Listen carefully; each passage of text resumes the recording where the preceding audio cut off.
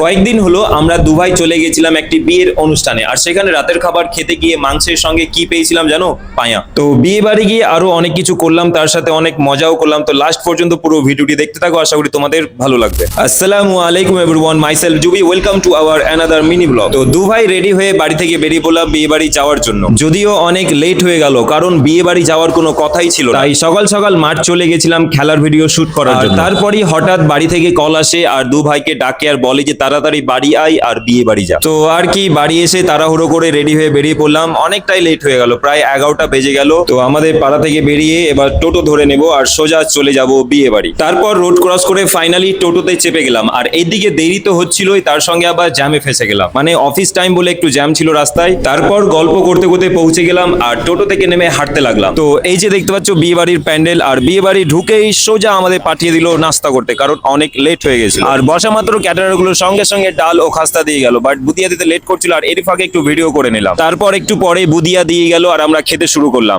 তো তোমরা কটা করে খাস্তা খেতে পারো কমেন্ট করে অবশ্যই জানাবে, আর আমি তো 5-6টা খেয়ে নি কারণ আমাকে না খুব সুন্দর লাগে। তারপর পুরো চিকনা করে খেয়ে থালিটিকে এইভাবে ভাঁজ ও নুড়ি সুড়ি করে গ্লাসে ঢুকিয়ে বেরিয়ে পড়লাম, আর এটা আমি প্রায়শই করে থাকি। তারপর বসে একটু টাইম পাস করতে লাগলাম। মানে ব্যাপারটা হচ্ছে, আমি ভেবেছিলাম যে সকালের নাস্তা এবং দুপুরের বেলায় শুধু খাওয়াবে, বাট এসে জানতে পারলাম যে 3 বেলা খাওয়াবে। তো এদিক ওদিক ঘোরাঘুরি করে ফোন ঘেটে তারপর দু ভাই মিলে চলে গেলাম সোজাসুজি দুপুরের খাবার খেতে। আর বসা মাত্রই ক্যাটারার গুলো ভাত এবং সবজি দিয়ে গেল। সাইড থেকে একজন বলছিল, দাদা আমি তোমার ভিডিও দেখি। তারপর থালার দিকে নজর দিতেই দেখি আমার ফেভারিট ফুলকা পেয়ে গেছে। তাই পুরো চিকনা করে খেয়ে সেম সকালের মতো থালা গুছিয়ে নুড়ি সুড়ি করে গ্লাসে ভরে বেরিয়ে পড়লাম। মানে এবার সোজাসুজি চলে যাব বাড়ি আর একবারে আসবো সন্ধ্যাবেলা। আর এদিকে রোদ পড়ছিল বলে দু ভাই আইসক্রিম নিয়ে নিলাম। অনেকদিন পর অরেঞ্জ আইসক্রিম পেলাম, 5 টাকা দামে। চুষতে চুষতে বেরিয়ে পড়লাম। তো ভিডিওটি অনেক লম্বা হয়ে যাচ্ছে, তাই সন্ধ্যাবেলায় আবারও আসলাম। কি কি করলাম, কি কি খেলাম, সেগুলো তোমাদের দেখাবো পার্ট 2 এ। তো আজকের মতো এতটুকুই, টাটা।